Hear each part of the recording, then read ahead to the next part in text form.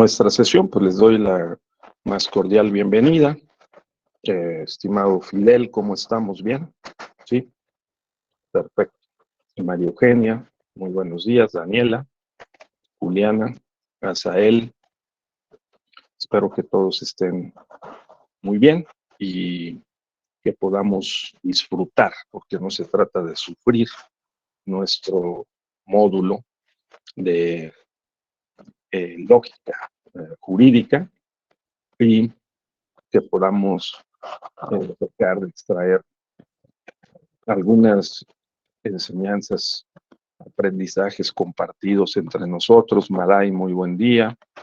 Y que les propongo que este módulo que se refiere a nuevos modelos lógicos y a las lógicas no euclidianas y el derecho, que es todo un reto, ¿no? Ahí nuestro estimado coordinador del diplomado nos va a tener que complementar con su sabiduría cómo es que se aplica la lógica euclidiana o no euclidiana al derecho. Entonces, yo les propongo para esta sesión que hagamos lo siguiente. Vamos a hacer una breve recapitulación de lo que vimos en la última sesión. Terminamos un poquito apresuradamente y en la segunda parte vamos a confrontar dos modelos de argumentación, de lógica, argumentación, para ver cómo analizar, aplicando modelos lógicos argumentativos, un proceso de control constitucional y cómo analizar una sentencia. ¿De acuerdo? Creo que eso puede ser útil y les vuelvo a recomendar que volvamos a la lógica, a los libros de preparatoria de lógica, definitivamente. Hay varios, yo les he recomendado algunos, pero ahí donde vean, por ejemplo, miren este, ¿no? Que estaba yo repasando, Lógica, Introducción a la Filosofía y a la Ciencia de Esteban Ortega, puede ser de utilidad. Lógica, Introducción a la Filosofía y a la Ciencia de Esteban Ortega, puede ser de utilidad. Lógica, Introducción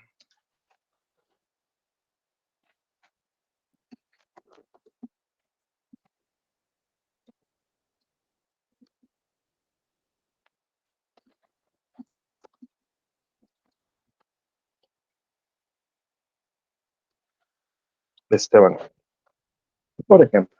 Entonces, ese es interesante porque tiene varios temas dedicados a los diferentes tipos de lógica, ¿no? Distingue muy bien entre lo que es la lógica clásica, formal, y la llamada lógica matemática, simbólica, que es lo mismo, ¿no?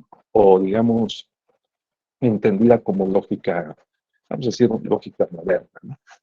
Entonces, quiero decirles que el tema de este módulo contiene una referencia a Euclides. Bien, entonces la pregunta es, ¿quién fue Euclides? Euclides fue un matemático griego, ¿no? Que enseñaba en Alejandría y vivió en el siglo III antes de Cristo. Estamos hablando, por lo tanto, de los años 300, 200 antes de Cristo, ¿no? Es autor de una obra fundamental, muy citada, que es Elementos. En esa se basa la geometría plana y fue el primero en usar el método axiomático en la geometría. ¿Qué significa esto? Significa que lo que Euclides en aquel tiempo, ustedes imagínense, no se sabía que la Tierra era redonda, no se sabía que giraba sobre su propio eje y alrededor del Sol, no se sabía eh, eh, la forma de la Tierra, pues la lógica euclidiana es una lógica de trazos planos, de paralelas, ¿no? De axiomas que en un mundo pues, recortado a lo que se conocía en el Mediterráneo y que no se conocía mucho más, por supuesto que no se conocía América, en donde había ya desarrolladas unas civilizaciones portentosas que construían pirámides como la de Teotihuacán. Pero claro, en Egipto se habían construido pirámides impresionantes, eh, como la pirámide de Giza, Keops, Kefren, Miserino, etc. Entonces, claro, hay que entender en su contexto Euclides. Sin embargo, la geometría euclidiana, los elementos de Euclides, pues estuvieron vigentes, aplicables, operativos durante muchos siglos a la fecha. Lo que las geometrías no euclidianas le han venido a rebatir a la geometría euclidiana es uno de sus postulados, ¿sí? Y ese postulado, según yo lo entiendo, lo interpreto, es que una recta infinita, digamos, eh, puede ser acompañada por otra recta infinita paralela, ¿no? Y será lineal. Y lo que nos tratan de decir en el ámbito de las ciencias sociales y en el ámbito de las humanidades y del derecho es que ese quinto factor que propuso Euclides ya no es sostenible. ¿De acuerdo? Lo han desafiado en diferentes momentos a lo largo de la historia del pensamiento humano y de la lógica, lo han desafiado diferentes autores. Entonces, en cualquier libro de lógica ustedes van a encontrar, por ejemplo, estoy viendo aquí que, pues, desde Raimundo Lulio, de 1235, 1315, que fue un teólogo y filósofo catalán, en su Arte Magno, uno de los libros más originales de filosofía escolástica, utilizó un simbolismo aplicado a la filosofía, o sea, ya utilizó símbolos, digamos, aritméticos. O, por ejemplo, Leibniz, que se escribe Leibniz, ¿no? Así.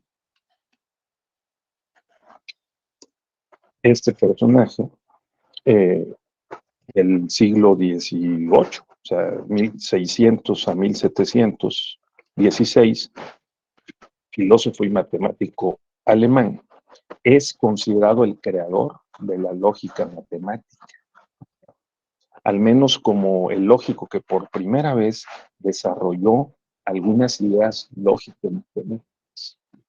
Y las obras lógicas de Leibniz, eh, ya sea por diferentes circunstancias históricas, pues no había la comunicación que tenemos hoy en día, se escribían con cartas, esas cartas tardaban meses en llegar a su destino en Europa, pues no encontró las condiciones para que se difundieran, permanecieron incluso ignoradas durante más de un siglo las contribuciones de Leibniz, pero es uno de los grandes lógicos modernos.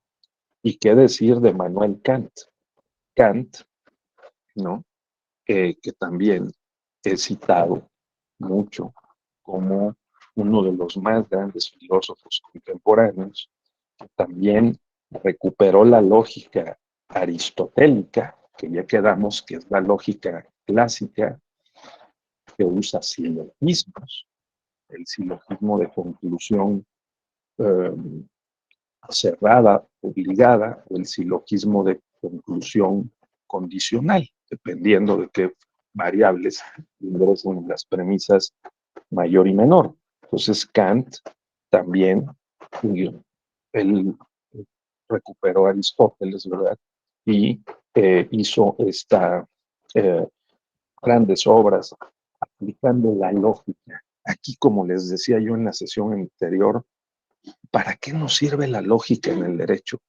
Para ordenar el pensamiento y para ordenar el sistema jurídico y para ordenar, clarificar, hacer más rigurosas nuestras operaciones mentales y resolver problemas jurídicos. Ese es el derecho.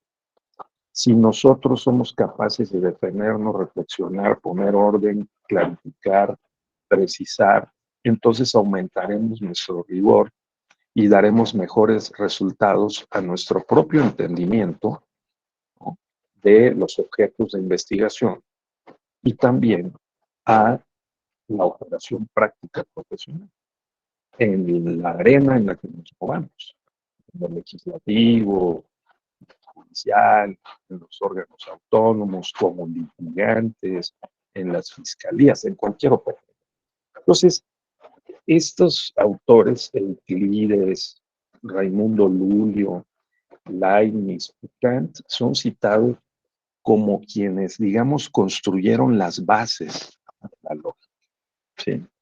Pero después hay un periodo posterior, ya en la época moderna, o más moderna, más cercana al siglo XVIII, XIX, y pues, entre otros, seguramente lo han escuchado con el maestro Juan Abelardo, pero se cita a Franz, ¿no?, Brentano, Franz Brentano, este personaje, también hay que tenerlo presente, o sea, ya en 1837 a 1917, o sea, vivió 80 años esto, a 1917.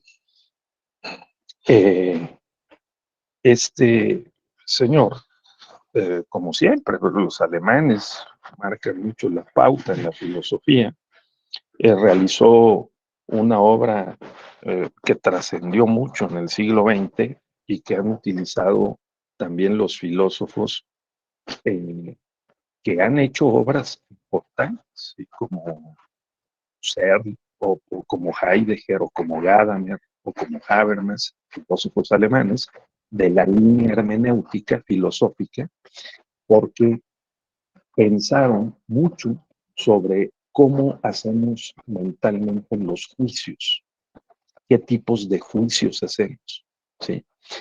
Una tradición que Manuel Kant inició. Por ejemplo, nosotros podemos hacer un juicio a priori, antes de la experiencia. Nosotros pensamos y decimos, me parece correcto, ¿no? Me parece justificable. Siento que está bien, pero ese es un juicio a priori que tal vez hacemos. El juicio a posteriori es posterior a la experiencia. Entonces, lo que nosotros creímos que era justificable, de acuerdo con los datos empíricos, después de la experiencia, los datos que recogemos de los hechos, de la vida misma, ¿no?, de la realidad, podemos corroborar nuestras percepciones sensoriales. Entonces, estos personajes invirtieron mucho tiempo de su vida en pensar cómo pensamos, cómo hacemos juicios a priori, a posteriori, y qué tipo de operación, si es una operación descriptiva, si es una operación analítica, si es una operación crítica, si es una operación correlacional, o sea, qué tipo de pensamientos. Y eso lo hacemos nosotros muy poco hoy día, que estamos sometidos a la vorágine de la dinámica y de la información cotidiana. No nos detenemos a pensar qué tipo de juicios estamos haciendo. Y cuando nos enfrentamos a un documento jurídico, es muy útil detenerse a pensar qué tipo de operación le estamos aplicando a un documento jurídico o a los hechos que nos presenta un cliente cuando nos contrata como litigantes, o si como litigantes le planteamos el asunto a un juez electoral, o a una autoridad administrativa. Para eso sirve la lógica y en eso invirtieron mucho tiempo estos personajes, ¿sí? Brentano, por ejemplo. Eh, Luego, pues, ¿por qué se desarrolló tanto la lógica matemática en el siglo XIX? Que terminó por, digamos, vulnerar la lógica y la geometría euclidiana. Bueno, pues porque en las ciencias naturales, los investigadores, los científicos, bien pagados de tiempo completo, desde el siglo XVI, XVII, se fundó la Real Sociedad Científica de Londres, que presidió Francis Bacon, ¿no? Que se atrevió a reescribir la obra de Aristóteles, ¿no? De lógica, y creó una nueva lógica que la dejó inconclusa. Entonces, Francis Bacon, señor Tocino, ¿no? Pues, un hombre rico, aristócrata, ¿no? Con intereses filosóficos y científicos, y además era político. Entonces, son esas mentes y personas renacentistas con un conocimiento y un interés amplio en las cosas de la vida, ¿verdad? Del mundo. Y entonces, pues ellos fueron avanzando con profesores e investigadores bien pagados, de tiempo completo, financiados por los reyes, eh, pues porque estaban construyendo imperios, ¿no? El imperio holandés, el imperio inglés, incluso el imperio español y el imperio portugués. Entonces, pues lo que hicieron fue, pues el imperio alemán, ¿no? Lo que hicieron fue invertir y modificar el modelo educativo, ¿sí? Entonces, en lugar de lo que hizo Napoleón en el siglo, a finales del siglo XVIII, que creó un modelo napoleónico de universidades, como las que conocemos en México, porque así son las universidades públicas mexicanas, con un modelo napoleónico, o sea, tienen facultades, no departamentos. En la UNAM hay facultad de Derecho, facultad de Filosofía, ¿no? Entonces, y en las universidades de los estados también hay facultades, no hay departamentos. En algunas universidades públicas, como la Iberoamericana, hay departamentos. En el ITAM hay departamentos, porque el modelo que los alemanes reformaron en el siglo XVII, XVIII, principios del siglo XVIII, de la mano de Alexander von Humboldt, ¿no? Que vino a hacer viajes por América y que escribió una crónica sobre la Nueva España y fue el primero que dijo y dio cuenta de la tremenda pobreza, de la diferencia en el acceso a los recursos, la distribución de los recursos que había en estas tierras coloniales españolas, ¿no? Von Humboldt propuso lo que se llama el modelo humboldtiano. O sea, no es lo mismo el modelo napoleónico que el modelo humboldtiano. El modelo humboldtiano es el que los alemanes inventaron, que es el de los departamentos, que es interdisciplinario, ¿de acuerdo? No es disciplinario, como el modelo napoleónico. Por eso vean que la UNAM, qué trabajo ha costado que unos profesores de la Facultad de Ciencias Políticas o de la Facultad de Filosofía se sienten en un examen de grado o de licenciatura de la Facultad de Derecho. Pues, nos costó una huelga en la universidad, que fue la reforma de Jorge Carpizo en 1986, que fue lo que prosperó, porque varias otras reformas fueron canceladas y entre otras, pues los quienes hoy están en el poder en la Ciudad de México, por ejemplo, Claudia Sheinbaum, su ex esposo Carlos Simas y otros más, ¿no? Lideraron ese movimiento en contra de la reforma de Jorge Carpizo, porque pretendía cobrar cuotas, quitar el pase automático de las prepas a las licenciaturas de la UNAM, entre otras, pero por lo menos algo que sí se aprobó y que está vigente es el modelo multidisciplinario, los consejos académicos de área, que es lo más que se ha podido hacer en la UNAM para romper el modelo napoleónico. ¿Qué tiene que ver con lo que estamos hablando? Todo, porque si no aprendemos a pensar multi e interdisciplinariamente y rompemos las cárceles disciplinarias de una sola materia o disciplina como el derecho, la filosofía, la economía o la sociología, ya no digamos que rompamos el abismo que nos separa con las ciencias naturales y podamos dialogar con ellos, con los matemáticos y las ciencias formales, con los matemáticos, ¿no? Los físicos, químicos, pues entonces nuestra lógica se mantiene en una dimensión formalista, que es lo que nos ha pasado con el modelo Napoleón de universidad pública, ¿sí? Y privadas también las hay. Entonces, pero el modelo Humboldtiano es diferente, es un modelo interdisciplinario.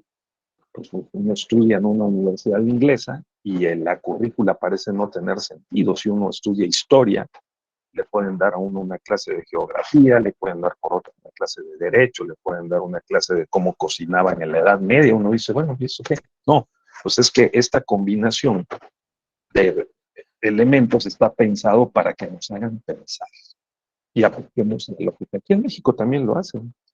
Se hace mucho en el TEC, en la Ibero, en el ITAM y en las universidades públicas reformadas, que han podido incorporar estos elementos multi o interdisciplinarios, sobre todo en las primeras etapas de las licenciaturas.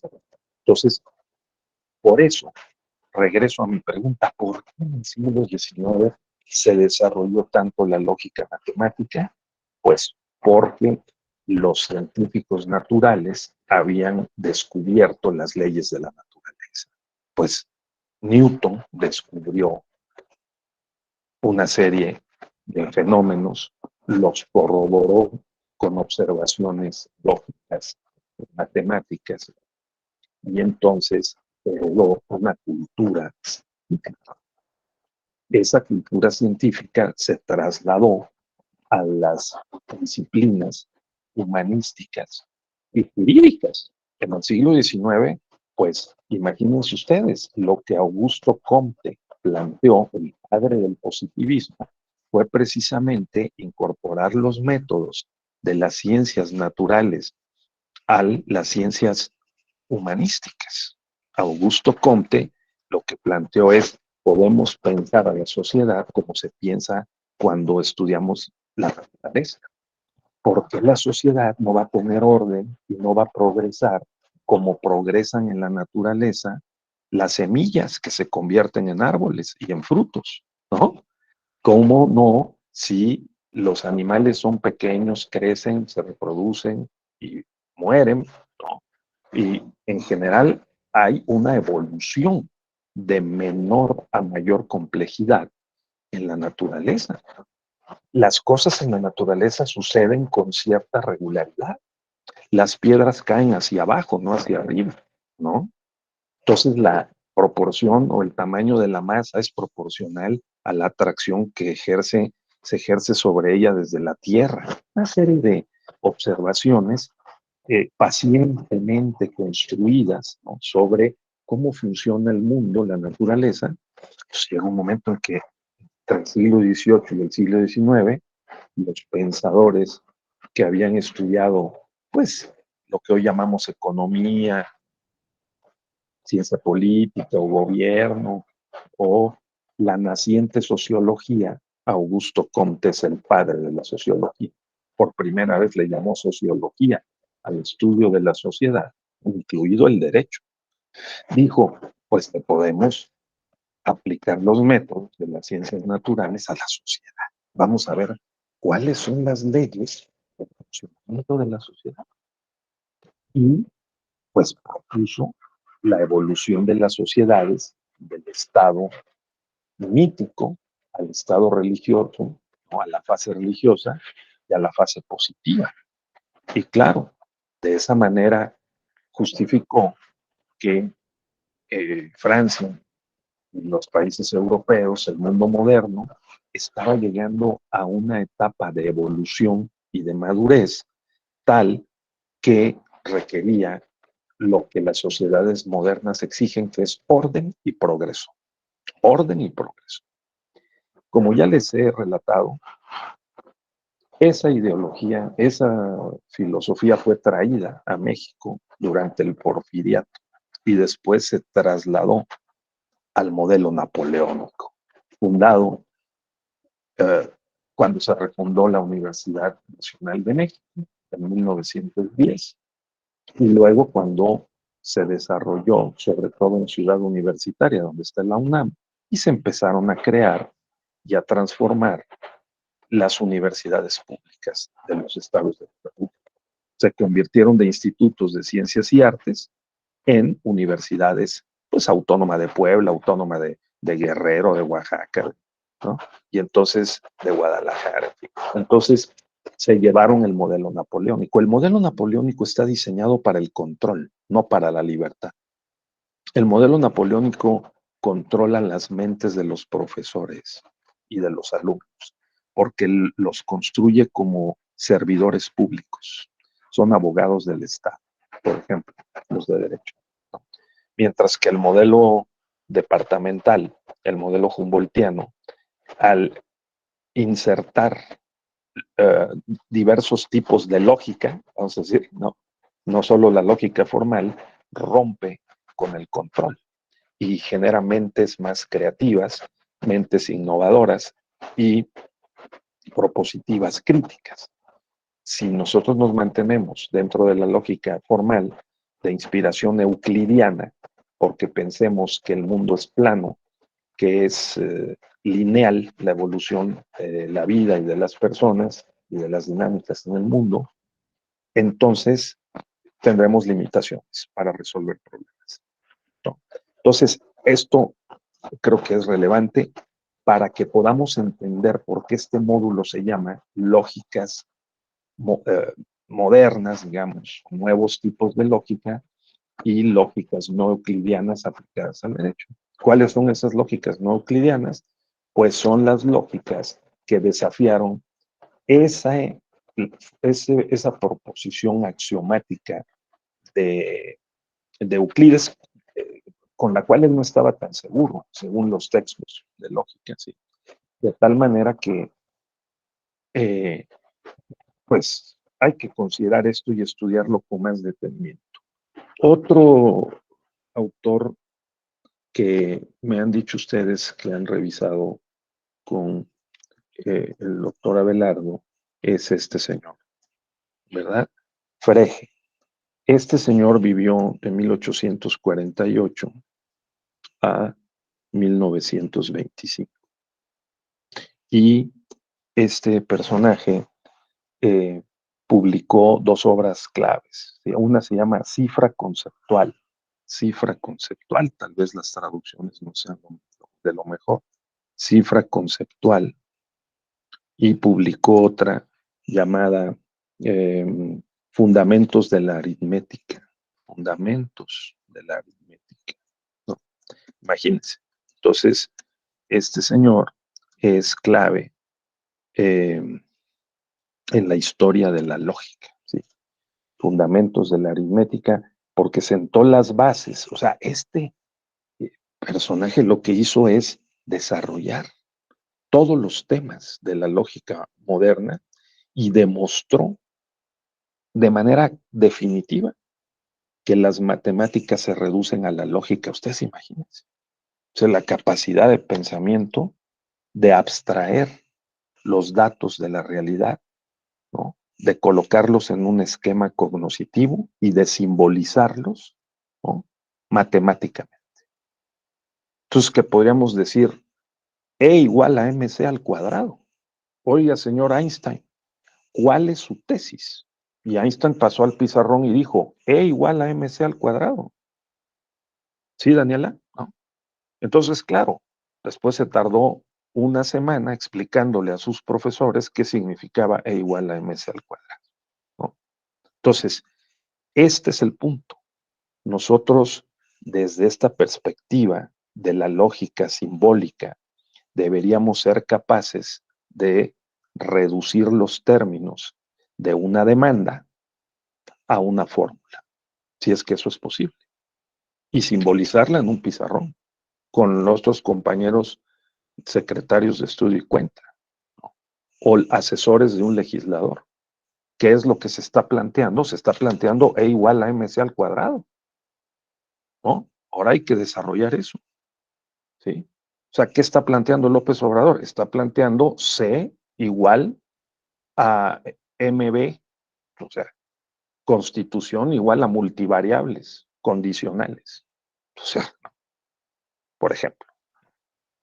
Entonces, eso ha sido la ambición de las ciencias sociales en la última parte del siglo XIX y todo el siglo XX. Las lógicas no euclidianas, ¿no?, sostienen que no es sostenible, no es posible, defendible hacer eso. O sea, la matematización del mundo es imposible. Nadie puede pasar y decir lo que López Obrador está planteando es X, Y y Z igual a más menos posibilidades. Y si lo puede hacer, probablemente en el mundo de la ciencia política, del derecho y del derecho constitucional electoral, eso se caiga mañana, porque cambian los factores, las variables y el punto de vista desde donde se observa lo que está haciendo los políticos o el presidente de la República, como se llame, ¿no?, va a cambiar. Sobre unas mismas palabras de la Constitución, la interpretación le aplica significados distintos. ¿De acuerdo? Entonces, este es el sentido de hablar de lógicas euclidianas y no euclidianas relacionadas con el derecho. Este es el sentido. Ahora, ya en un periodo más maduro, pues los libros de lógica hablan de otros lógicos que también son importantes, ¿no?, como Bertrand Russell o Alfred Whitehead, ¿no?, que escribieron libros, ¿no?, eh, de lógica matemática. Bertrand Russell, ¿no? Por ejemplo, el libro que lo ha hecho muy famoso, ¿verdad?, que es Principios Matemáticos, ¿no? Principios Matemáticos. Bueno, pues ese es una de las obras capitales porque ya sintetizó mucho del conocimiento que se venía desarrollando en el siglo XIX para el siglo XX y aparece Einstein. Entonces Einstein, que a su vez abrevó de otros lógicos y matemáticos, ¿no?, del siglo XIX, pues pudo plantear la teoría de la general de la relatividad. ¿Qué es la teoría general de la relatividad? Pues echar por tierra las leyes de Newton, o sea, por lo menos flexibilizarlas, ¿no? Entonces, Albert Einstein, un genio que cambió la concepción y la interpretación del mundo para siempre, ¿no? Porque en esas 3, 4 primeras décadas del siglo XX se sentaron las bases de lo que hoy llamamos la época posmoderna. En esta época posmoderna, después de la modernidad siglos XV, XVI, XVII, XVIII, XIX, sí, pero en el siglo XX, con precedentes en el siglo XIX, cuestionamos los modelos del conocimiento, del mundo y de las ciencias sociales y de la ciencia jurídica heredadas de la modernidad. Y aquí es donde entra el tema al que me voy a dirigir ahora en esta segunda parte de nuestra conversación de hoy, que es, una vez entendido que la lógica también tiene una evolución histórica de los fundadores, Aristóteles, Lulio, eh, Spinoza, Leibniz, Kant, ¿no?, eh, a un periodo de desarrollo en el siglo XIX con los autores que ya hemos comentado y una madurez y también, digamos, crítica y complementación en el siglo XX, ¿no? Con particularmente estos últimos que mencionamos, eh, su traslado al derecho, ¿no? Lo que tratamos de mostrar aquí en los diplomados de la Escuela Judicial, en varios diplomados tenemos el mismo planteamiento, igual en pensamiento crítico que en lógica o en argumentación, en epistemología también, es que entre finales del siglo XIX y la primera mitad del siglo XX se desarrolló un nuevo planteamiento, ¿verdad? De cómo mirar las ciencias sociales y el derecho desde la ciencia jurídica, ¿no? Y es, digamos, con lo que este módulo propone, que son las lógicas no euclidianas. Las lógicas no euclidianas serían entonces la flexibilización de los planteamientos originales de la obra Fundamentos de eh, Euclides, ¿sí? Con las innovaciones que ha tenido a lo largo de la historia de la lógica, del pensamiento filosófico y científico, y se traslada a una crítica a finales del siglo XIX, a inicios del siglo XX, por la vía de la hermenéutica. La hermenéutica diverge del planteamiento positivista en el sentido de que el mundo y el mundo del derecho y de las normas puede ser no solo conocido, sino descrito, ordenado, explicado, estabilizado, previsto, predecible, controlable. O sea, ponemos en la Constitución, ponemos en la ley ciertos enunciados y arreglamos a la sociedad. Le ponemos orden, la dirigimos a que funcione en paz, que se pongan a trabajar, a producir, ¿no?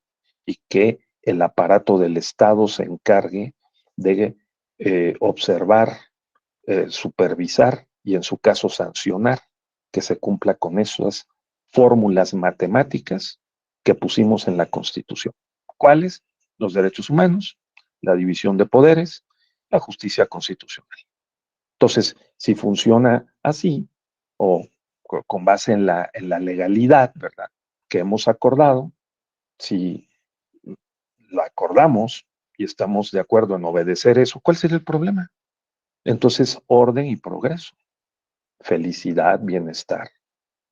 Pero no es así. La historia ha demostrado que pudimos haber avanzado mucho con este planteamiento, vamos a llamarlo hoy formalista, ¿no? Positivista, de orden y progreso, pero que el derecho se enfrenta a problemas, digamos, post-euclidianos, o sea, ¿no? Porque, pues, mucho después de Euclides se descubrió que la Tierra no es plana, que no está sostenida por 4 columnas ni por 5 elefantes, ¿no? Sino que es un planeta más que gira sobre su propio eje, gira alrededor del Sol y que forma parte de uno de los universos que hay en este cosmos inacabable, ¿no? Infinito. Y que además la Tierra, como todo nuestro sistema solar, está en movimiento, no está fijo, está en movimiento, va en un viaje producto de la gran explosión del Big Bang, ¿no? Hace 14.500 millones de años, ¿no? Y que ese Big Bang provocó que millones de años después, pues apareciera por fortuna el planeta Tierra. Esto porque la Luna chocó contra la Tierra, ¿no? y al chocar contra la Tierra salió volando y se quedó ahí donde está. Si la Luna no estuviera donde está, no existiría el planeta Tierra y no estaríamos aquí hablando de lógica, ¿no? Porque la Luna provoca lo que Newton descubrió, ¿no? Que es la ley de la gravedad y de la gravitación universal. Entonces, si todos los planetas en el sistema solar y sus lunas, ¿verdad? Eh, funcionan de una manera armónica, pues, o sea, es algo divino. O sea, ¿cómo fue que fue a pasar eso? Bueno, unos dicen, pues es que Dios así lo hizo. Y otros dicen, pues no, fue un efecto químico, ¿no? Físico. Y es un accidente increíble que funcione así y que la luna haya chocado contra la Tierra, contra la pretierra más bien, y que al quedar donde está haya provocado las mareas, de los mares, la Tierra se fue enfriando, las condiciones para la vida se fueron dando. Vayan ustedes a saber si en Marte eso ocurrió algunos pocos miles de millones de años antes, ¿no? Y ahora estamos tratando de descubrir si eso pasó, pues para poder aprender ya medio tarde y no echar a perder la Tierra, como probablemente algunos prehumanos o no sé si humanos o marcianos echaron a perder Marte, ¿no? O se alejó suficiente del Sol, se enfrió tanto que pues la vida ya no fue posible y probablemente algunos de esos se vinieron aquí a la Tierra, ya con una lógica no euclidiana muy avanzada, sí, con una geometría euclidiana muy avanzada, ¿no, Casael? Entonces, bueno, eso es la primera parte de nuestra sesión de hoy. Entender que de lo que se trata es de que hubo un paradigma, ¿sí? En las palabras de Thomas Kuhn, ¿sí? Thomas Kuhn. Este librito lo tienen que leer, ¿eh? Las revoluciones científicas. Cuesta 50 pesos, no se lo pierdan. Las revoluciones científicas de Thomas Kuhn, porque Kuhn, a mediados del siglo XX, rebatió a su maestro, a Karl Popper, ¿sí? Contra Karl Popper, ¿sí?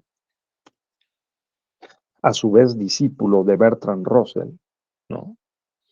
Y quienes compartían algunas ideas con el Círculo de Viena, los años 20, en Viena, Austria, en Europa, unos científicos y filósofos impresionantes, y ellos pretendían matematizar el mundo y las ciencias sociales. Decían, es que si tenemos toda la información relevante de las cosas que pasan en el mundo, entonces las podemos lógicamente enunciar, simbolizar matemáticamente, y así como dijo Einstein, E igual a mc al cuadrado, E igual a mc al cuadrado. Entonces, ¿cómo arreglamos el sistema democrático mexicano? Pónganle en la Constitución elecciones libres, auténticas y periódicas, en el artículo 41. ¿Sí? Pónganle ahí D igual a E, L, A y P. O sea, si a alguien le preguntan, oye, ¿qué es democracia? Una solución simbolizada sería, pues es E, A, E, L, A, ¿no? El LAP, el LAP. Democracia igual a el LAP. ¿Qué es el LAP? Elecciones libres, auténticas y periódicas. Ahora déjenme explicarles qué es eso, ¿no? En un plano formal, tendríamos que a partir de ahí decir, a ver, ¿cuáles son los principios que sostienen el LAP? Elecciones libres, auténticas y periódicas, ¿no? Entonces podríamos decir, jugar un poco con esto y decir, pues el LAP se logra con eh, certeza, legalidad independencia, objetividad, profesionalismo, ¿sí? CLIOP, ¿no? CLIOP. Entonces podríamos decir, el app se logra con CLIOP. Y falta, creo que, transparencia, ¿no? O máxima publicidad. CLIOP más T y con más E, equidad, más I de imparcialidad, más L de legalidad. Y así vamos simbolizando con letras esas fórmulas, esas expresiones que están en la Constitución. Y luego, ¿cómo se logra eso?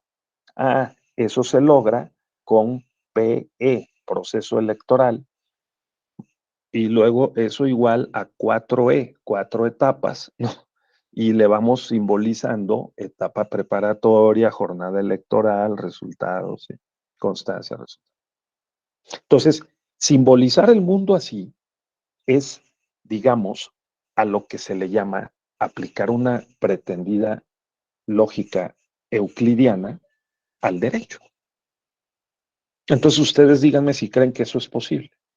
Simbolizar toda la Constitución, por lo menos en materia electoral, ¿no? Y decir, a ver, ¿qué es el derecho electoral? Déjame, te lo voy a poner en unas 10 fórmulas. Bueno, pues eso es lo que pensaba el Círculo de Viena. Podemos simbolizar matemáticamente el mundo. ¿Qué les parece? Qué interesante. Bueno, pues Thomas Kuhn dijo, es imposible, porque la ciencia evoluciona con base en paradigmas. ¿Qué son los paradigmas? Los paradigmas son matrices cognoscitivas, operativas, de pensamiento, que incluye métodos, prácticas, ¿sí? Ideologías, que incluye hábitos. ¿De quiénes? De los que hacen la ciencia, o sea, de nosotros, de los académicos, de los científicos, ¿sí? Y esos forman mentes que luego van a dar a las empresas, al Estado, al gobierno, a la operación práctica, pero ya llevan en la cabeza unos modelos teóricos que forman parte del paradigma. Ese paradigma incluye, digamos, la cultura de la época, ¿no? Entonces, por eso, si nosotros decimos Euclides, pues tenemos que regresar en el tiempo, dice Thomas Kuhn, y entender cómo pensaban, bajo qué datos tenían, qué modelos teóricos, cómo veían el mundo, qué prácticas conocían y qué resultado les daban, ¿no? O sea, un pensamiento científico o un paradigma científico está relacionado con las necesidades y las soluciones a los problemas que en su momento se plantean. Entonces dijo Thomas Kuhn, bueno, es lo de Euclides, pues es un paradigma euclidiano de su época, que resolvió problemas. Ustedes pensar que la Tierra era plana, sí, porque no había, déjense ustedes, aviones, ni había embarcaciones que pudieran darle la vuelta al mundo. Por lo menos eso creemos. Pero los vikingos sí lo hicieron, ¿no? Pues si no al mundo, por lo menos cruzaron América muchos siglos antes que Cristóbal Colón. Pues estamos en un mundo que lo estamos descubriendo. A cada momento lo estamos descubriendo y redescubriendo. Entonces, Thomas Kuhn le dijo a Karl Popper, la lógica de la investigación científica no, para las ciencias sociales no puede ser como la de las ciencias naturales y tampoco que pensemos que en las ciencias sociales y en el derecho, por ejemplo, nosotros de muchas observaciones que veamos cómo pasan las cosas, incluida la jurisprudencia, por cierto. O sea, porque la jurisprudencia es la reiteración de un fenómeno. Es un caso al cual obtiene una solución porque los factores del caso o las variables que se presentan son similares. ¿Recuerden ustedes la definición de jurisprudencia por reiteración? Son 5 o 3 sentencias en el caso de materia electoral, sobre los mismos casos en el mismo sentido, bajo los mismos supuestos. ¿Sí o no? Entonces, ¿qué es lo que la jurisprudencia está expresando? Una regularidad. En 5 casos o en 3 casos se presentan ciertas regularidades o variables que son similares o muy parecidas y de ahí abstraemos la misma solución. Entonces, eso nos da un mínimo de certeza euclidiana, vaya, ¿no? ¿Sí? En el sentido de que podemos pensar en que hay ciertas regularidades, certezas en el mundo del derecho. Eso es euclidiano, ¿de acuerdo? Lo que no es euclidiano es pensar que es pensar que no siempre será así. Hay que pensar que no siempre será así. ¿Por qué? Porque es muy difícil que la sociedad, y más en el ámbito del derecho electoral, se puedan dar estas regularidades siempre. Siempre, siempre, siempre. Es difícil, habría que ver ejemplos. Pero entonces Thomas Kuhn aportó el concepto de paradigma, ¿de acuerdo? Y dijo, el mundo cambia conforme las necesidades de encontrar mejores soluciones a problemas que ya no se pueden resolver con el paradigma anterior, con los métodos y las prácticas anteriores, ¿no? Entonces, eso, se innovan. Eh, eh, Permítame un segundito, sí, por favor, un segundito.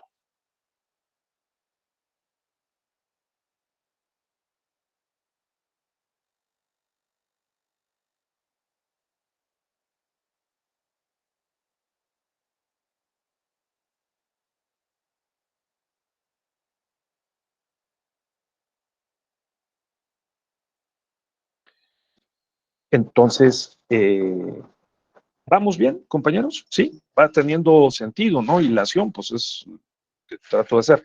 Y bueno, voy a terminar con esta parte y nos pasamos a un documento que tengo para compartir con ustedes. Entonces, Thomas Kuhn plantea la estructura de las revoluciones científicas, ¿no? Que es decir, no, espéreme, pues la lógica euclidiana es un paradigma, ¿no? Que cuando se pensó que el mundo era plano y que no se sabía que era redondo y que, etcétera, la rotación, la traslación, etcétera, etcétera, pues no se podía, las personas no actuaban de esa manera. O sea, actuaban pensando en que era plano, por eso no podían pasar ahí del océano porque se caían y se iban al infierno, ¿no? O a algún lugar ignoto. Entonces, cuando los descubrimientos científicos van avanzando, y se requieren nuevas soluciones, entonces cambia poco a poco el paradigma. Dice Tomás Kuhn, así ha pasado varias veces, ¿sí? De Ptolomeo, que planteaba que el Sol gira alrededor de la Tierra, pues por eso metieron a la cárcel a varios científicos, ¿no? Giordano Bruno y otros más, ¿no? Por andar diciendo que la Tierra giraba alrededor del Sol y no al revés, ¿no? Entonces, eh, en el siglo XIX al siglo XX asistimos poco a poco al el siglo XX a la vulneración del paradigma positivista en la ciencia jurídica. ¿De acuerdo?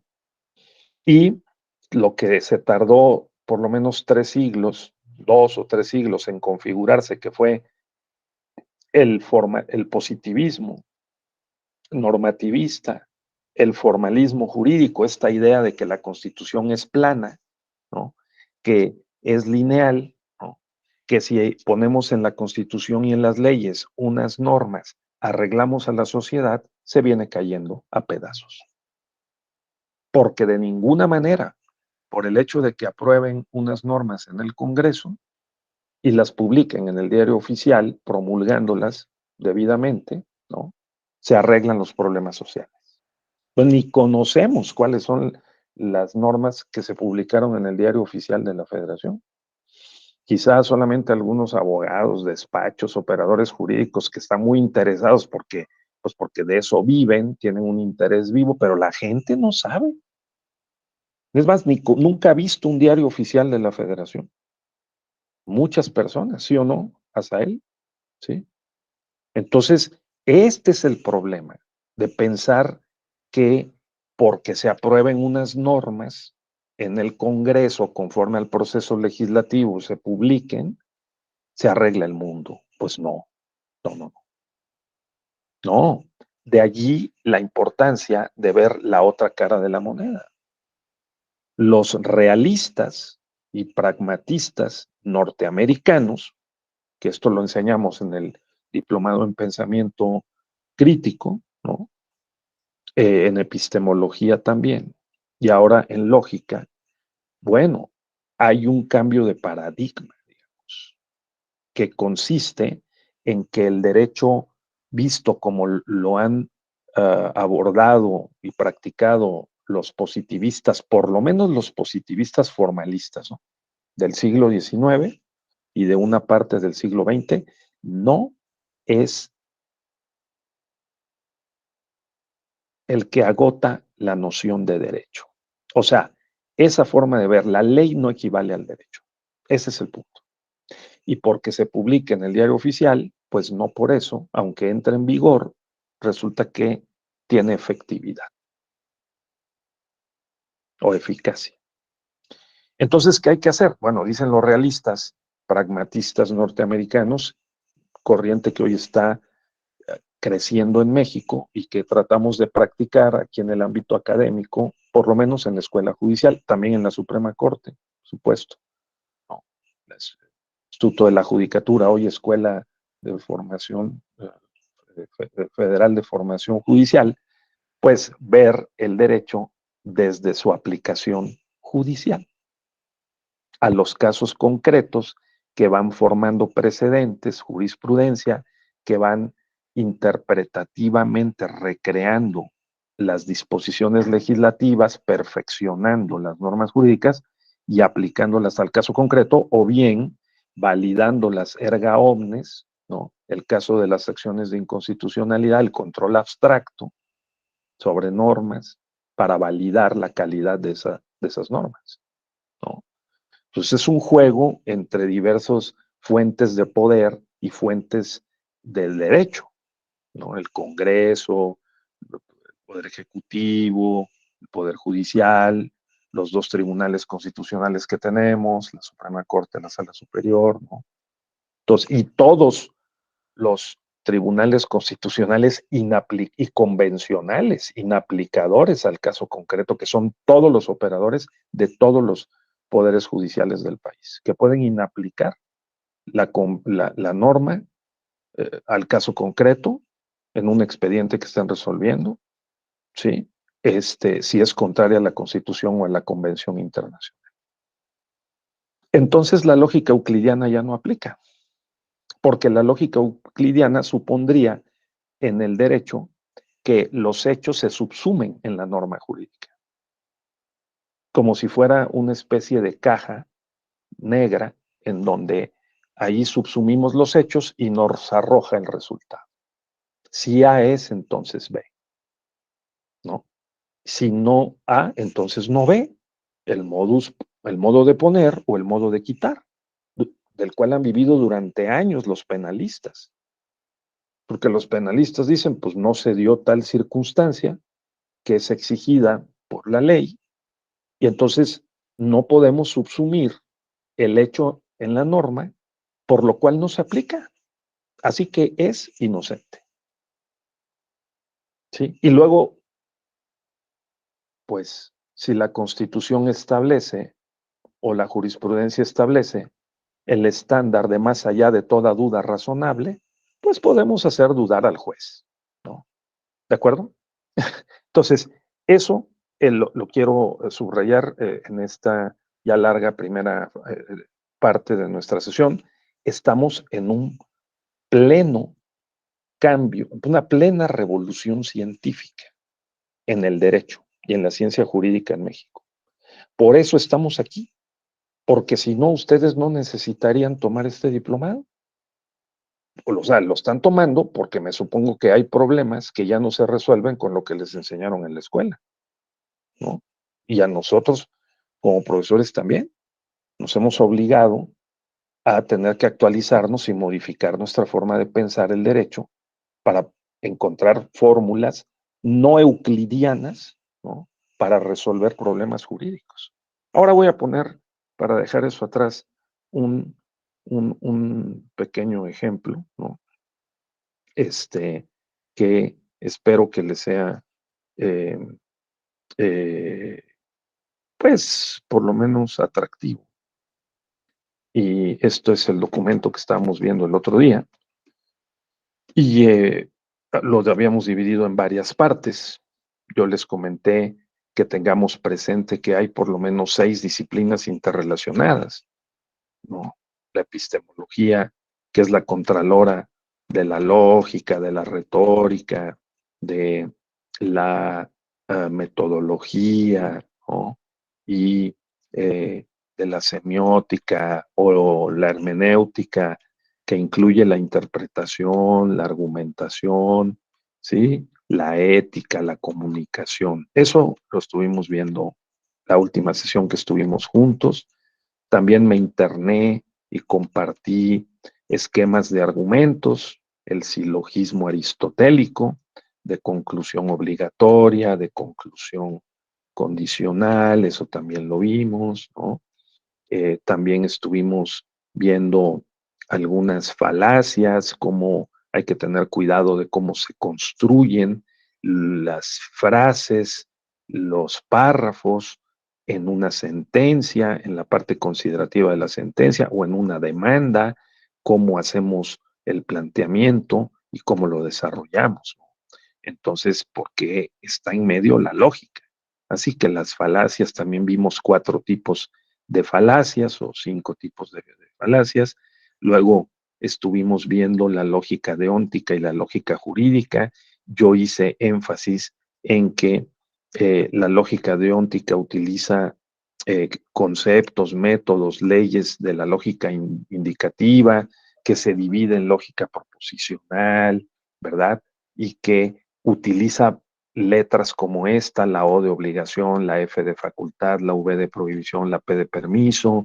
O sea, la idea es acostumbrarnos a pensar lógica y en lo posible simbólicamente como un primer paso para poner orden en los documentos que estamos analizando, en los documentos jurídicos. Pusimos el caso del artículo 5º constitucional, ¿no?, que si descomponemos ese largo párrafo del artículo 5º, entonces podemos encontrar hasta 7 proposiciones, ¿no? Se impide a una persona que se dedique a la profesión, industria, comercio o trabajo que le acomode, esa es una. La profesión, industria, comercio o trabajo deben ser lícitos, se hace algo por medio de determinación judicial, etcétera, etcétera, ¿sí? De ahí extraemos, de ese enunciado del artículo 5º, extraemos hasta 6 o 7 proposiciones. Esa es la idea. Para empezar, hacemos eso. Son proposiciones simples que luego se pueden volver más complejas. Pero la idea es de que antes de redactar el documento jurídico correspondiente, que sea la demanda o la contestación o el informe justificado, ¿sí?, o la sentencia, o la iniciativa de ley o el dictamen legislativo, o el reglamento, nos pongamos de acuerdo mentalmente y pensemos en cómo estamos pensando sobre el objeto de conocimiento. Esa es la idea. Poner orden, porque hay mucho desorden en la comunicación que corre a través de los diversos textos a los que nos enfrentamos a cada momento de nuestra vida cotidiana y de la vida profesional. Hay que poner orden, hay que ver con cuidado, prudencial y detenidamente los textos para encontrar no solo los enunciados, sino más bien las proposiciones, ¿de acuerdo? E irlas desglosando, aclarando para ver qué es lo que nos están queriendo decir con un determinado texto. ¿Cuál es el sentido del artículo 1º de la Constitución? Materia de derechos, garantías, sus restricciones y los principios para interpretar los derechos. A partir de 2011 que se reformó la Constitución y que se empezó a practicar y estamos en proceso, digamos, de consolidar este nuevo, lo que algunos llaman nuevo paradigma. Yo diría quizá un nuevo modelo teórico, ¿verdad? eh, que también va enriqueciendo, porque esta es otra opción. A Tomás Kuhn, otros filósofos dijeron, momento, Tomás Kuhn, o sea, los paradigmas, cambiar un paradigma lleva siglos, ¿no? Cambiamos algunos aspectos del paradigma que incluye modelos teóricos. El paradigma tiene núcleo y tiene cinturón, o sea, tiene periferia y periferia. ¿No? Tiene círculos como concéntricos. Entonces, podemos ir cambiando algunas partes del paradigma para irlo mejorando. Para el núcleo, esa es una revolución científica radical. Entonces, la pregunta es si aquí estamos cambiando el núcleo, ¿no? ¿Cuál es ese núcleo? Pues son los derechos. Había garantías individuales, sí, esos son los derechos. Ahora le llamamos derechos, son las garantías individuales que teníamos desde la Constitución de 1917 y lo que llamamos derechos del hombre y del ciudadano de la Constitución de 1957 y lo que llamaron derechos del hombre y del ciudadano en la Constitución de 1700, en la Declaración de 1789. Alguien puede decir, no, no, maestro, es un nuevo paradigma porque ahora los derechos incluyen centralmente la igualdad de los géneros, la igualdad sustancial, que no contempló la Declaración Francesa, ni 1857, ni 1917. Este es un nuevo paradigma. Bueno, okay. Si es un nuevo paradigma, entonces veamos cómo lo podemos, digamos, simbolizar o representar en términos de lógicas no euclidianas. La lógica no euclidiana sostiene entonces la geometría no euclidiana que el universo no es plano sino curvo, ¿no? Y que el tiempo no es absoluto sino relativo. Y entonces reina una mayor incertidumbre. Y eso se traslada al mundo del derecho, al sistema jurídico, porque la Constitución no tiene 136 artículos. La Constitución tiene tantos artículos como posibles interpretaciones. Le podamos asignar a los contenidos de esos artículos. O sea, formalmente tiene 136, pero realmente tiene un número ilimitado. Máxime que ahora tenemos que considerar para efectos de los derechos humanos a las convenciones internacionales como parte del sistema constitucional. Entonces, los 136 artículos, como la lógica euclidiana, ha volado por los aires a partir de 2011, porque el nuevo paradigma o modelo constitucional y, digamos, forma de entender y practicar la Constitución ha cambiado. Y eso es lo que queremos transmitir con este tema de la lógica no euclidiana aplicada al derecho, ¿de acuerdo? Entonces, eh, todo eso estuvimos viendo, por lo cual también dijimos que tuviéramos cuidado en identificar que hay texto, hay enunciado, hay oraciones que a la letra de la Constitución pueden decir X, pero una vez operada una interpretación sobre ese texto, puede significar X1, X2 o definitivamente Y, ¿no? O Z. Esa interpretación es la que está autorizada oficialmente para realizar en última instancia el Tribunal Constitucional. Esa es la idea, ¿sí? Entonces nosotros tomamos decisiones interpretativas y las justificamos argumentativamente, ¿de acuerdo? En el ámbito de lo político electoral, pues imagínense, ¿no?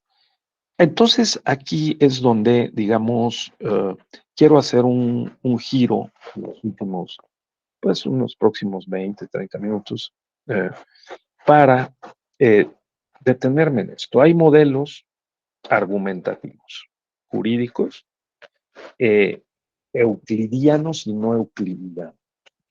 Entonces, el modelo Aristóteles sería un típico modelo euclidiano. Si a nosotros nos dicen, oye, eh,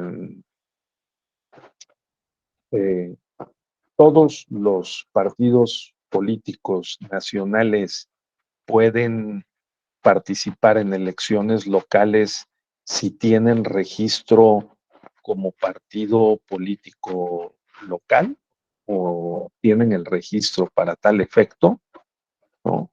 Entonces, si el partido eh, eh, Acción Nacional o el Partido de la Revolución Democrática cumple con esas características de acuerdo con las leyes, la normatividad aplicable, se le otorgará el registro y podrá competir en elecciones nacionales, pero también en elecciones locales. Si la ley dice todo partido político nacional que tenga registro local tiene derecho en época electoral a un 50% adicional del financiamiento público, entonces, si un partido no cumple con esos requisitos, se le asignará un 50% más del financiamiento en la época de la, electoral o del año de las elecciones. Eso es la lógica aristotélica. Eso es la lógica aristotélica. Ahora, el derecho como norma, sistema jurídico, es lógico. Bueno, vamos, se aplicaría la lógica a esas normas y se trataría de diseñarlas con el mayor orden lógico posible. Aparte, ya que vemos que la lógica deóntica es la que se utiliza para diseñar las normas jurídicas. Pensamos en términos de lógica deóntica que es, hay conductas que se tienen que realizar y conductas que no se deben de realizar. Y si unas u otras se realizan, entonces tienen una consecuencia que es llamada sanción, responsabilidad y sanción. La lógica deóntica hace que eh, diseñemos las normas adecuadamente para que se entienda que va a ocurrir una responsabilidad y una sanción o un estímulo si se realizan o no ciertas conductas previstas en la norma. Esa es la idea. ¿De acuerdo? Entonces, el modelo aristotélico es un modelo es decir, porque supone que hay una cierta estabilidad en el sistema jurídico, en el código, en la constitución, y que las conductas van a ir encajándose ahí y van a ir produciéndose consecuencias. ¿Opera? Por supuesto que opera. En el procedimiento especial sancionador en materia electoral, si tuviéramos más lógica, tanto en el procedimiento como en su operación, pues nos ahorraríamos tiempo y aumentaríamos la eficacia tanto del procedimiento como de las operaciones. Lógicamente, así que lógicamente, los partidos y los candidatos tratan de evadir la aplicación de ese modelo lógico y tratan de encontrarle los aspectos vulnerables para poder, como se dice, echa la ley, echa la trampa, ¿no? Ver la manera como sustraerse de la subsunción posible de sus conductas que pudieran convertirse en una responsabilidad y una sanción. Pues así pensamos. ¿Funciona Aristóteles? Por supuesto que funciona. Entonces, ¿cuáles son otros modelos teóricos argumentativos? El modelo de Perelman, en donde ya la lógica aristotélica no es suficiente.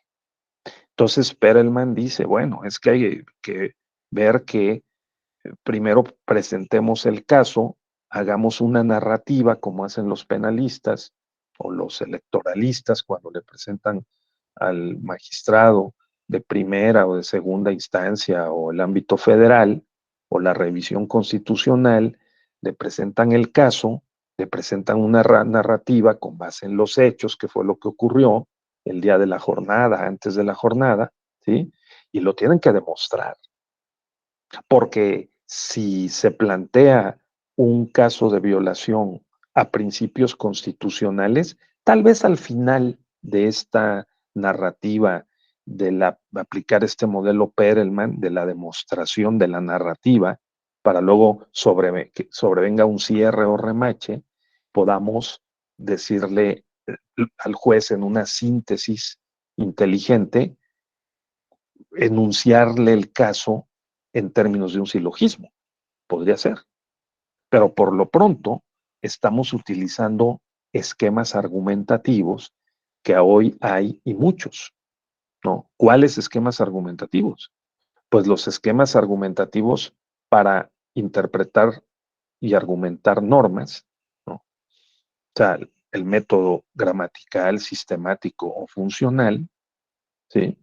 Que se subdivide en varias otras técnicas, ¿no? A contrario sensu, conforme a la materia, conforme al rubro de sistemático en sentido estricto, ¿sí? Pragmático, psicológico, histórico, teleológico. Hay muchas técnicas y esas tienen sus reglas, ¿sí? Hay que estudiar eso, porque con eso demostramos la narrativa, ¿sí? O bien podemos utilizar el principio de conforme con la Constitución, el principio pro persona, o podemos utilizar la ponderación. Y ya estamos en el terreno de la lógica no euclidiana, porque la lógica no euclidiana supondría que hay un orden plano, no perfecto, pero sí muy riguroso y estricto, ¿sí? El histórico principio que los positivistas del siglo XIX en el ámbito del derecho sostuvieron, que es el hermetismo y la plenitud del orden jurídico y su eficacia. O sea, dentro del Código Civil, si no está en la Constitución, están las reglas para la interpretación y la solución de cualquier conflicto jurídico. No es necesario acudir ni siquiera a los principios generales del derecho, sino que dentro del sistema jurídico es posible encontrar o inferir los métodos y las reglas de interpretación y solución de un problema jurídico. Bueno, eso hoy está potenciado por la vía de las lógicas no euclidianas, porque la lógica no euclidiana aplicada al derecho supondría que podemos hacer una ponderación, y esa ponderación supone que el sistema jurídico no es plano, sino que es curvo. Vamos, ¿sí? Es decir, es curvo. ¿Por qué es curvo y no lineal? Porque la solución la podemos encontrar de varias formas. La podemos encontrar conforme a la Constitución, la podemos ponderar, le podemos aplicar el principio pro persona, ¿no? Y en última instancia, si el universo jurídico legislado está mal, deficiente, incompleto, contradictorio, entonces le aplicamos la inaplicación, valga la expresión. Operamos la inaplicación al caso concreto. Esa es la idea.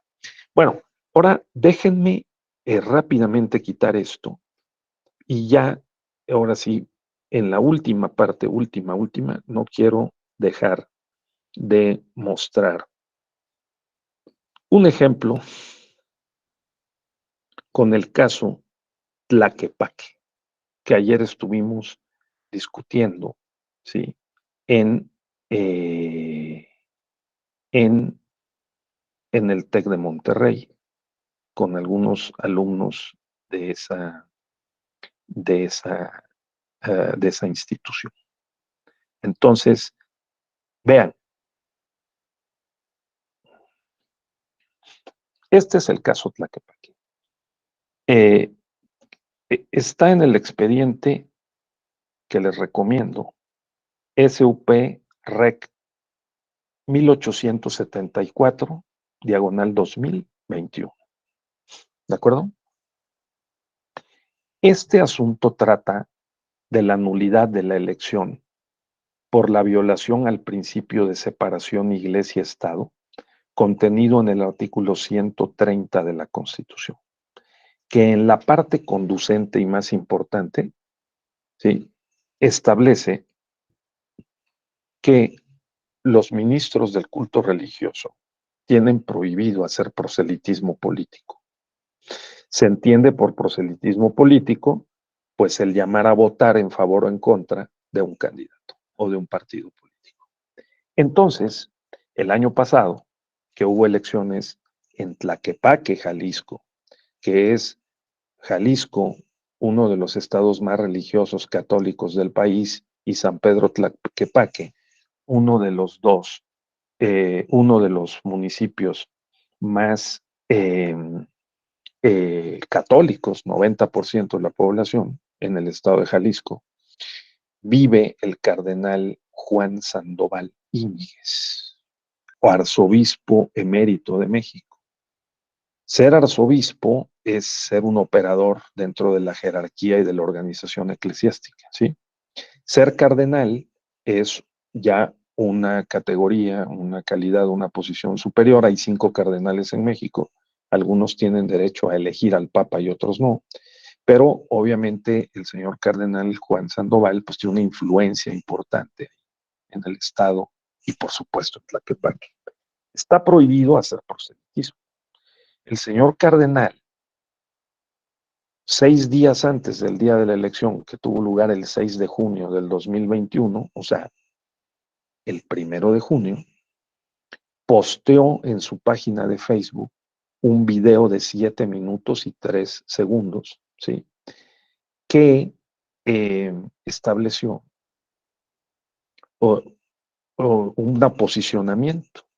Él mismo lo dijo en el texto, en el video, con su imagen y su voz, que estaba colocando ese video para efecto de llamar a tener cuidado y a votar por una opción que no fuera compatible con el socialismo, con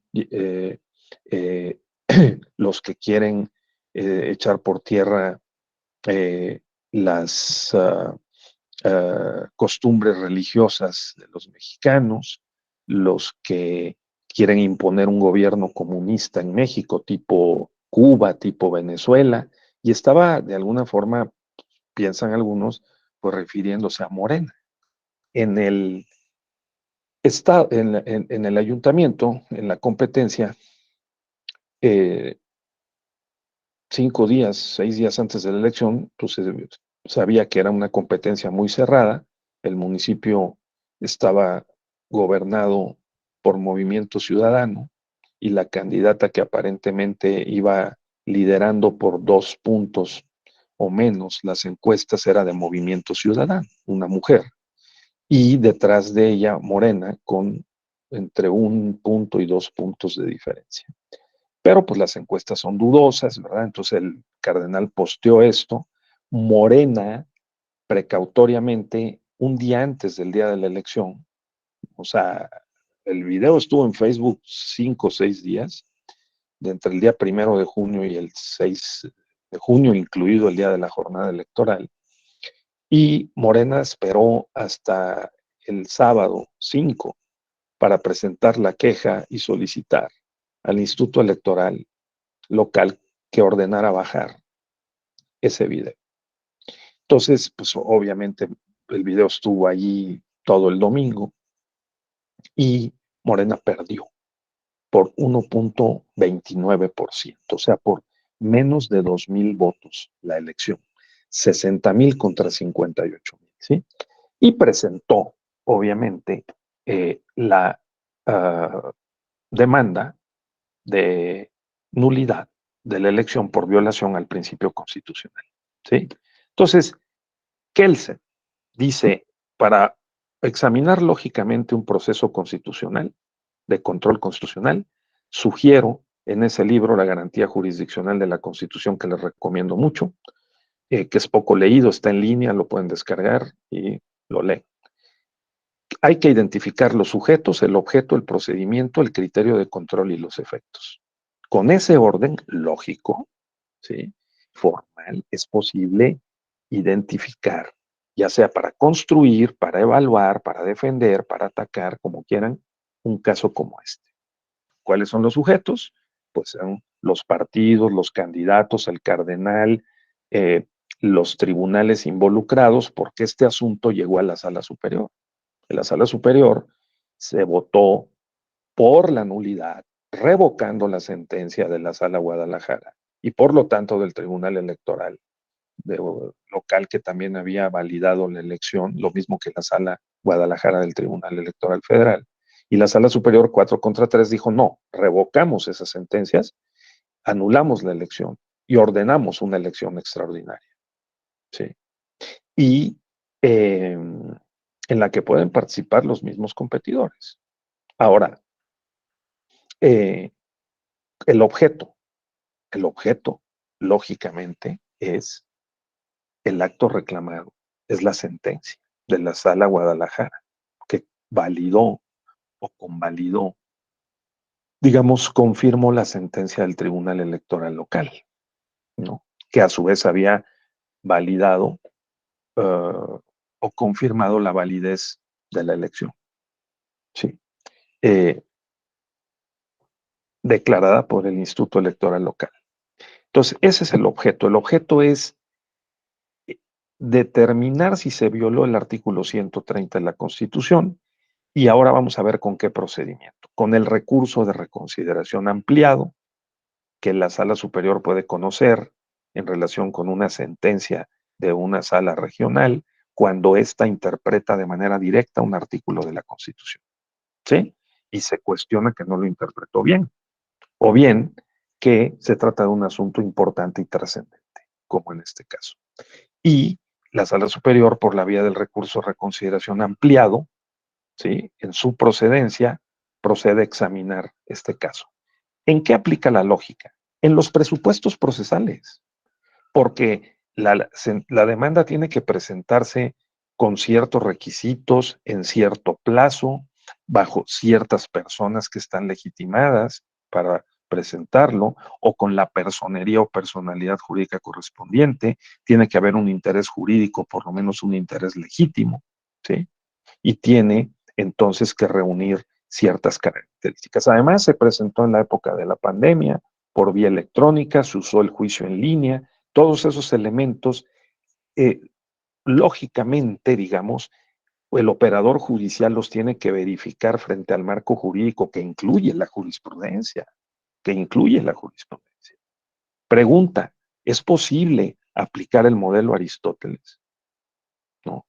O el modelo Aristóteles está flexibilizado, por ejemplo, pues porque alguien diría, oye, pues es que el legislador diseñó el recurso de reconsideración en contra de los resultados, o sea, para cuestionar la sentencia que le recae el juicio de inconformidad que dicta una sala regional, ¿sí? Pero no para interpretación de un artículo de la Constitución, o porque es importante y trascendente, ¿dónde dice? Ah, no, pues es que lo dice la sala en una tesis de jurisprudencia, la propia sala superior. O sea, creó jurisprudencialmente esa posibilidad del recurso de reconsideración ampliado, ¿de acuerdo? En sus presupuestos procesales o de procedencia. Entonces, ya no es Euclides, ¿no? Ya no es Aristóteles. Es algo más. Es que hay una dinámica que rompe o hace insuficiente la lógica euclidiana de que el legislador puso ahí en un esquema formal lineal organizado las posibilidades de la conducta o de las dinámicas que se iban a dar. Aquí tiene que entrar un no Euclides, ¿no? Tiene que entrar un Frege, tiene que entrar un hermenéutico, tiene que entrar, ¿no? Alguien más que Kelsen, que dijo, bueno, eso lo dice el legislador y la interpretación tiene que ser restrictiva. No, no, no. Aquí entra eh, un Dworkin, ¿no? Aquí entra un Robert Alexi, aquí entra un jurista hermenéutico que tiene que ampliar el significado de esas disposiciones y presupuestos procesales para poder acoger una demanda relevante e impartir justicia. Esa sería la lógica, no euclidiana. ¿Sí? El criterio de control, dice Kelsen. ¿Cuál fue el criterio? para establecer si se violó o no el principio del artículo 130, ¿no? ¿Y cuáles son los efectos? Dice Kelsen. Esas 5 cosas hay que ver en las sentencias. Las sentencias tienen que reflejar esas 5 cosas. Y de esa manera sabremos cómo fue que se operó el mecanismo de control constitucional en el Tribunal Constitucional, como es la Sala Superior o la Corte. Bueno, ahora veamos qué fue lo que decidieron. En este 4 contra 3, ¿no? En este 4 contra 3, bueno, ¿cuál fue el criterio? Aquí me quiero detener. 4 dijeron, magistrados de la Sala Superior, que si se violó, debe anularse la elección, porque creemos en el principio de separación Iglesia-Estado. El modelo Toulmin, Stephen Toulmin, argumentista no euclidiano, por lo tanto, ¿no? Diría, número 1, nosotros creemos en algo, creemos en el principio de separación Iglesia-Estado. ¿Sí o no? Sí, es la creencia. 2, la pretensión.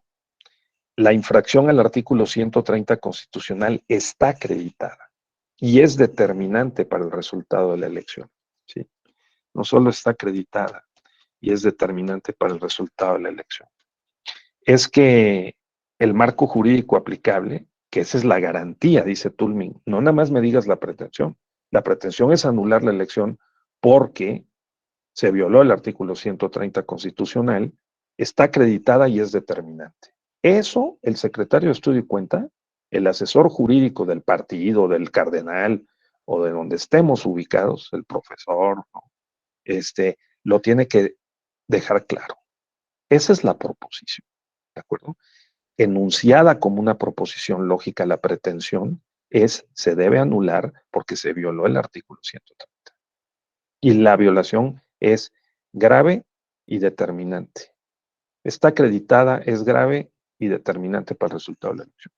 Esa es la pretensión, según Stephen Toulmin, quien plantea es un modelo argumentativo, ¿no? El marco jurídico aplicable es, en el lenguaje de Toulmin, la garantía. Todo esto estamos dentro de la exigencia del criterio, dice Kelsen. Digan el criterio. ¿Cuál es el criterio jurídico? Toulmin diría, tú quieres decir cuál es el estándar de regularidad constitucional, correcto. ¿Cuál es el estándar? ¿Cuál es el parámetro de regularidad constitucional? Pues es este. Es que hay una garantía en la Constitución, artículo 130, 24, 41, ¿no? Hay ciertos principios, no a proselitismo político, ¿sí? Y hay evidencia, sí, porque eh, eh, la evidencia es que el señor cardenal posteó un video de 7 minutos y 3 segundos en su página muy frecuentada de Facebook, ¿sí? Y no dijo expresamente Morena, Movimiento Ciudadano, pero sí lo caracterizó, ¿no? De ahí se puede inferir el mensaje, que tal vez no esté escrito el mensaje específicamente, pero sí hay sujeto, ¿no? Hay objeto, el mensaje, la intencionalidad, ¿no? Se puede inferir. Y entonces, aquí la idea es que aunque lo esté bordeando, simulando en su texto, el cardenal nunca mencionó a ningún candidato a Morena o a Movimiento Ciudadano, ni San Pedro Tlaquepaque, pero lo estaba sugiriendo. Entonces puede ser utilizado, entendido también como un equivalente funcional, ¿no? Como una expresión encubierta, en favor, para llamar a votar en favor o en contra de un candidato. ¿De acuerdo?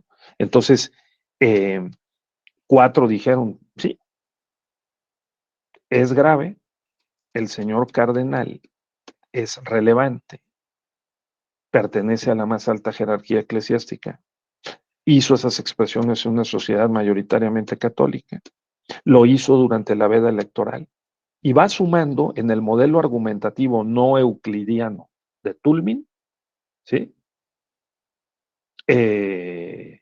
Elementos convictivos, o sea, va convenciendo, ¿no? Sí. Durante la veda, 3 días antes, el periodo de reflexión, sociedad mayoritariamente católica, cardenal relevante, ¿no? Influyente, ¿verdad? El código canónico deja claro cuál es la importancia de un arzobispo y de un cardenal. ¿Sí? Todo eso dice la sentencia. Lo hizo previo a la jornada electoral, afectó la integridad electoral, porque pues está violando transversalmente además varias reglas, la certeza, la legalidad, ¿no? La equidad en la contienda incluso.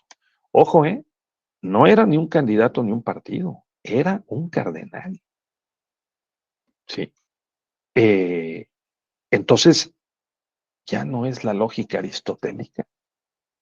Es un razonamiento conforme a la lógica, la experiencia y la sana crítica que lleva a concluir que el mensaje está vinculado al partido Morena y a la elección municipal de Tlaquepaque. Eso dijo la mayoría de 4, pero hubo una minoría de 3 que no estuvieron de acuerdo. Porque en estos casos es muy difícil establecer de manera contundente, fehaciente e inobjetable el nexo causal, o sea, la relación entre el mensaje y la mente y la conducta del electorado. Además de otros contraargumentos, ¿sí? Entonces comienza un torneo argumentativo en donde Aristóteles puede ser insuficiente, aunque sea necesario. ¿Sí me entienden, verdad, compañeras, compañeros? Lo que estamos transmitiendo. Y luego vienen los efectos de la nulidad de la elección. Pues se revoca la sentencia, se anula la elección y se convoca una elección extraordinaria, que se realizó en los 60 días siguientes, volvió a ganar el partido Movimiento Ciudadano. La demanda fue exhaustiva, ¿sí? Hubo coherencia externa, todos los agravios fueron revisados, porque es parte de la lógica. La lógica imprime orden a las comunicaciones, a los juicios, a las proposiciones y a los argumentos, ¿no? Se revisaron todos los agravios, la sentencia respondió coherentemente a todos los planteamientos, fue consistente con los propios precedentes. Pues la mayoría dijo sí, hemos anulado en el caso Chautla, porque el candidato ganador protagonizó una misa donde para la cual se habían distribuido invitaciones a participar en ella para bendecir nuestro proyecto, imagínense ustedes. O el caso Yurécuaro, en el cual el candidato ganador realizó campaña con una imagen de San Judas Tadeo y de la Virgen de Guadalupe, y luego hizo una misa de acción de gracias, ¿no? O el caso Zamora, donde el candidato hizo alusiones religiosas y en radio y utilizó un folleto con iconos religiosos, o en Tepoztlán, en donde se usaron símbolos religiosos y hasta se prometió construir una iglesia, o en Zacatelco, en Tlaxcala, en donde agrupaciones religiosas apoyaron al candidato usando mantas en las bardas de las iglesias. ¿Sí? Implicaciones jurídicas. Se sancionó al ministro de culto, está en el procedimiento en la Secretaría de Gobernación. Se anuló la elección. ¿Por qué se anuló si los partidos no incurrieron en ningún ilícito? Y los candidatos tampoco. Fue un cardenal. Respuesta, porque lo toleraron. Porque Morena, por ejemplo, primero Movimiento Ciudadano que iba ganando, no lo objetó.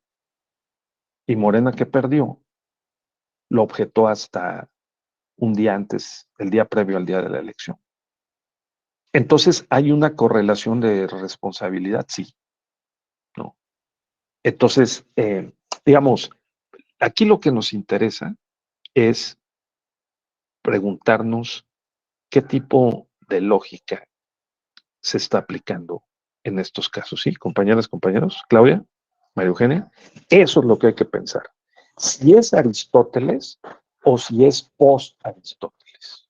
digamos, Perelman, Tulmin, McCormick, Alexi, Dworkin, ¿quién es? ¿Cómo lo vamos a afrontar? ¿Cómo lo vamos a estudiar?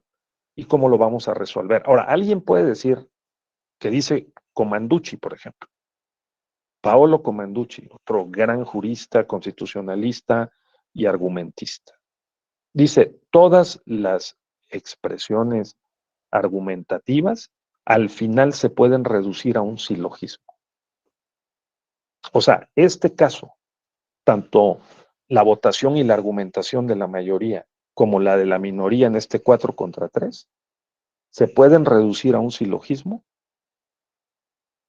La respuesta de varios es sí. En otras palabras, ¿cómo lo expresaríamos en términos de un silogismo? Podría ser, si un sujeto eclesiástico relevante lleva a cabo X, Y y Z actos que se consideran proselitismo político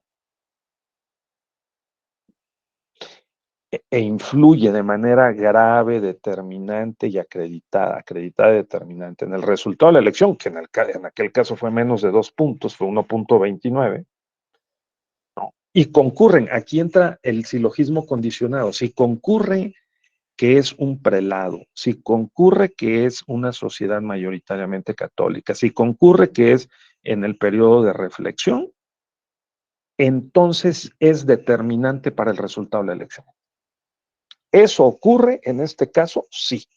Entonces, nulidad. ¿Lo podemos simbolizar matemáticamente? Sí, sí.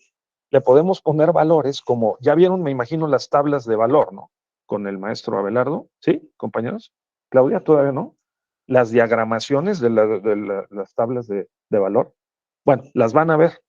Entonces se puede diagramar. Claro que requiere inversión de tiempo, inversión de mente, meterse a los libros de lógica para decir, a ver, yo este caso lo puedo hasta graficar, diagramar.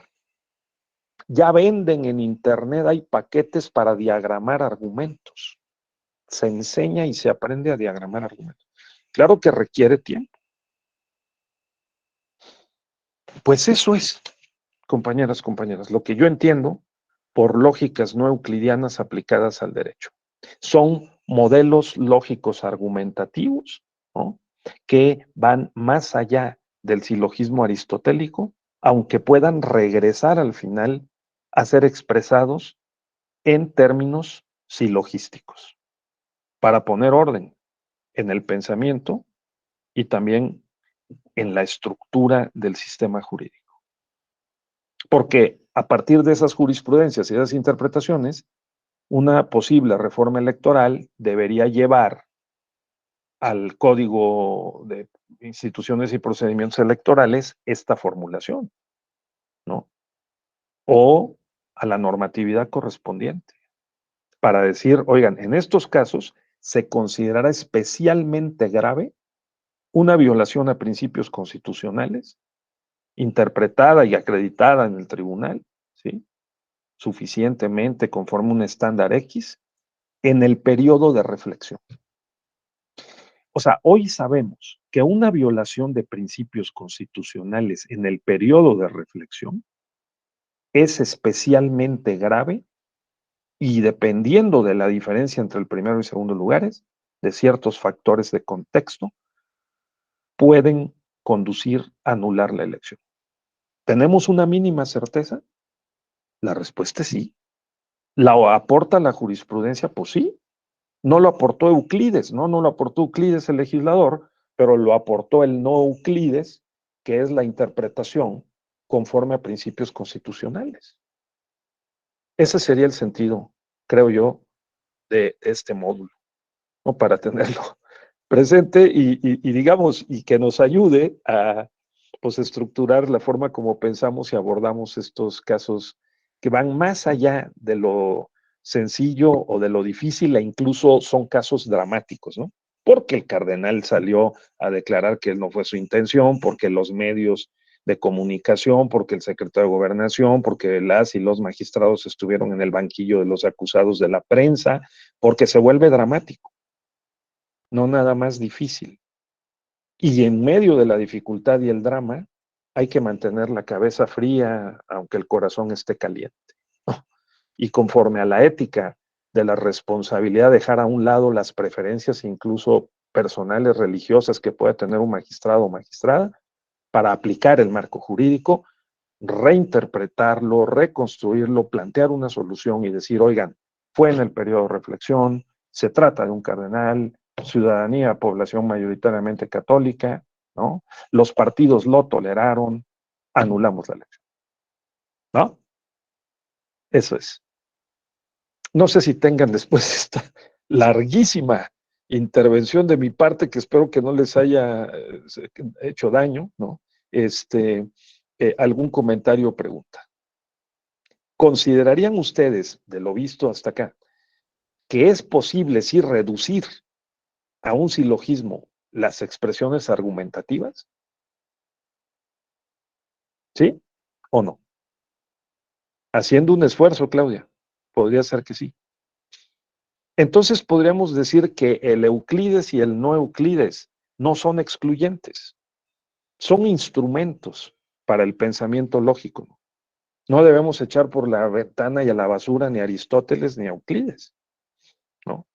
Sino tener esa base, dominarla, para luego también utilizar otros instrumentos, ¿no? De una manera pragmática.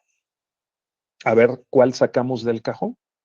Sacamos a Aristóteles, lo usamos, sacamos a Tulmin, lo usamos, sacamos a Kelsen, pues sacamos a Comanducci, sacamos a Lexi o a Dworkin, valoramos qué posibilidades y aportamos una solución justificada al caso problemático.